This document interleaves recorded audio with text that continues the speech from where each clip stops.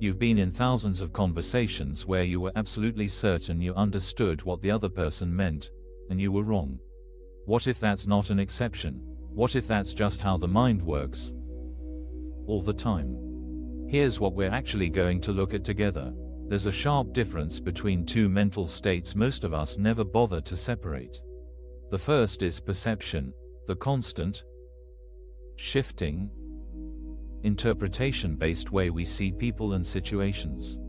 It changes by the hour. It's filtered through our mood, our history, our last conversation, what we ate for lunch. The second is something rarer, a kind of unshakable certainty we sometimes glimpse but can't seem to hold on to. Most of us live almost entirely in the first one and don't realize it. We keep reacting, judging, misreading people, not because we're broken, but because perception, by its very nature, is unstable. Before we can truly know anyone, a partner, a coworker, even ourselves, we have to clean the lens we're looking through. That's what this is about. Not a belief system. A retraining of the lens.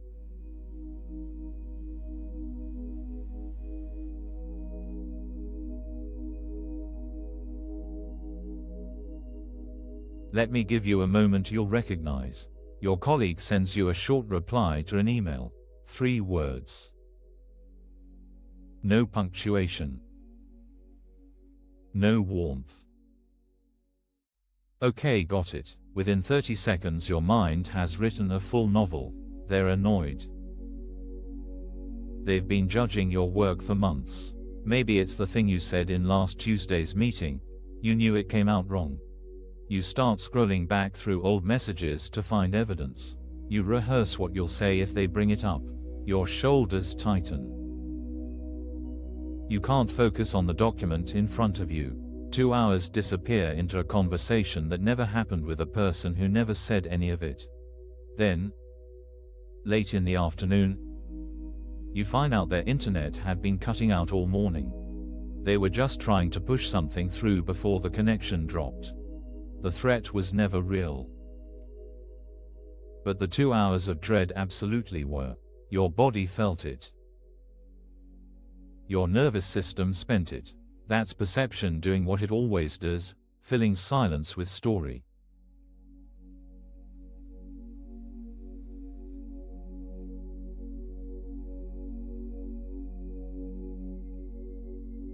Here's the way I want you to picture it. Imagine that every person you've ever met was handed to you behind a pane of tinted glass. And the tint wasn't applied by them. It was applied, slowly, layer by layer, by every past hurt you've carried, every assumption you absorbed before you could question it, every expectation you didn't know you had. You've been arguing with the glass, not the person. Think about that with the colleague. You weren't actually reacting to them. You couldn't have been. They hadn't done anything. You were reacting to a tint on the glass made of every previous time someone was short with you, every boss who actually was disappointed, every moment in your life where silence meant trouble was coming. The 3-word email just touched that tint and lit it up. This is what we call reading the room. But most of the time, we're not reading the room. We're reading our own history onto the room.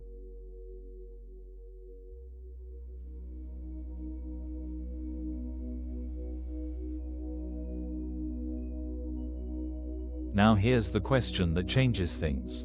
What would it feel like to meet this person, your partner, your coworker, the family member you have a whole file on, as if for the first time, right now? Not pretending you don't know them, just letting yourself notice that the version of them living in your head was built years ago, from incomplete information, and hasn't been updated since.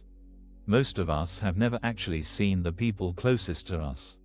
We've seen our interpretation of them. We've seen the composite sketch our mind drew in the first 6 months and then defended ever since. And this is why connection so often falls short. even with people we love. We're not in the room with them. We're in the room with our idea of them. Two ideas of two people, talking past each other, wondering why it feels lonely. That's not a character flaw.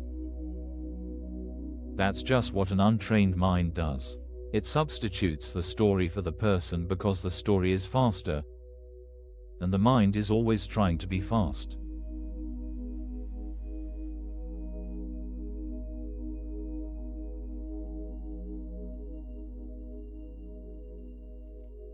Here's where something quietly shifts. The moment you realize your reaction to someone is almost never about them. It's about the story your mind instantly wrote the second you saw them, or read their message, or heard their tone. Something in your chest loosens. You stop fighting the person. You start noticing the filter, and the practice is small. It's not enlightenment. It's a pause. Next time you feel that fast reaction rising, the snap judgment, the defensive tightening, the certainty that you know exactly what they meant, try this. Pause long enough to ask one question. Not, am I right about them? That's still the glass talking. Ask instead, what tint am I looking through right now? What from my history just got activated? You don't have to answer it. Just asking it puts a tiny gap between you and the story. And in that gap, the glass becomes visible. Once it's visible, it can be cleaned. Sometimes it can even be set down entirely, just for a moment, and you see the actual person standing there. Usually they look different than you expected. Usually softer, usually more tired, more human, more like you.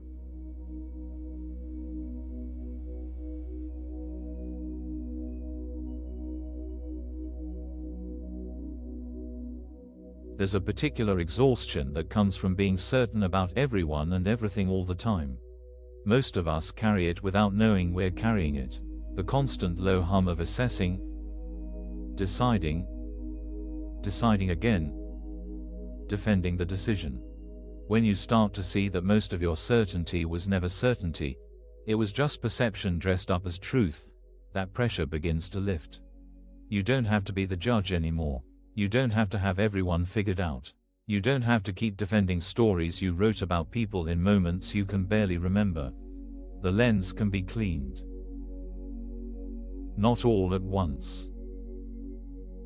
Not perfectly, but moment by moment, conversation by conversation, pause by pause. And the strange thing is, the people in your life don't have to change for any of this to feel different. You change what you're looking through, and the whole room softens. So here's what I'd like to do next. We've talked about this, now let's let it settle somewhere deeper than thinking. There's a short meditation coming, just a few minutes, that lets your body feel what your mind has just understood. Stay with us for that part.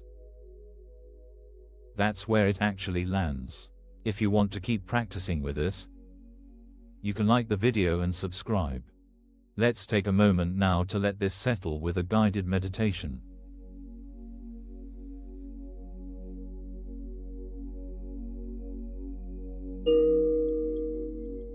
Let's take a few minutes together. Find a way to sit that lets your body be supported. Let your shoulders drop a little lower than they want to. Let your jaw soften. Take one slow breath in, and let it out without managing it. Notice that you don't have to do anything right now. There's no one to figure out. No conversation to rehearse. No one to be ready for. Just this breath. And the next one. Feel the weight of your body where it meets the chair, or the floor, or the bed. Let that weight be honest. Let it actually rest. Now, gently, bring to mind someone you've been carrying in your thoughts. Not to solve them. not to forgive them. Just to notice them, and notice that what you're holding is a version of them, a picture. A story your mind has been keeping warm. You don't have to put it down. Just see that it's there. Imagine, for a moment, the glass between you and them. All the tint of everything you've lived through. Years of it. No wonder it's been hard to see clearly. You don't have to clean it now. You're just letting yourself know it's there. Breathe in. Breathe out. And let the breath out be a little longer than the one in. Feel how much of your day is spent being certain, being ready, being braced. For these few moments, you don't have to be certain about anyone, not even yourself. There's nothing to decide right now. Nothing to defend, nothing to be right about. Let that be a kind of rest you haven't given yourself in a long time. The person you've been carrying, let them be who they actually are, somewhere out there, living their own day. You don't have to hold them anymore. Not in this moment. Breathe in. Breathe out. Feel the quiet underneath the thinking. It was there the whole time. When you're ready, let your attention come back to the room, to the sounds around you, to the feeling of your hands. Take one more slow breath, and carry a little of this softness with you into the next conversation you have. Thank you for spending this time in practice. A free digital ACIM resource is linked in the description if you'd like it. And if you wish, you're welcome to comment. I am grateful. Thank you for spending this time here. Most of us are walking around with lenses we've never noticed, and just seeing that they're there is already a kind of relief. Be gentle with yourself this week. The glass took a long time to tint, and it doesn't need to be cleaned all at once. We'll see you again soon.